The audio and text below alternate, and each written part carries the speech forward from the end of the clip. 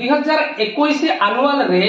गोटे डिडक्शन थिला ताको आमे आज डिस्कशन करिबा। तबे प्रश्नटी कोन देखो दत्त वृत्त रे ओ केंद्र बिंदु measurement of A O C 150 degree measurement of A O B 80 degree पचारिछि बी ए सी पिले भलो भाबरे बुझो आमको पचारिछि बी ए सी ए कोणर परिमाण केते एहा 2021 रो आनुअल रो प्रश्न किपरि समाधान करबा देखो। अच्छा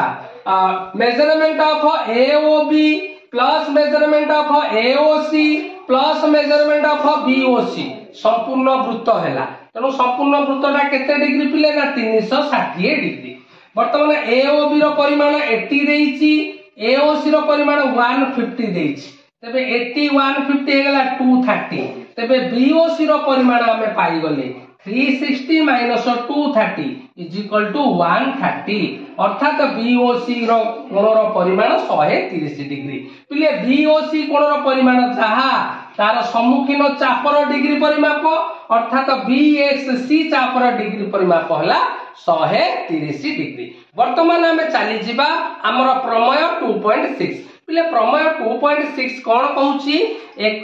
चापर अंतर्लिखित कोणर परिमाण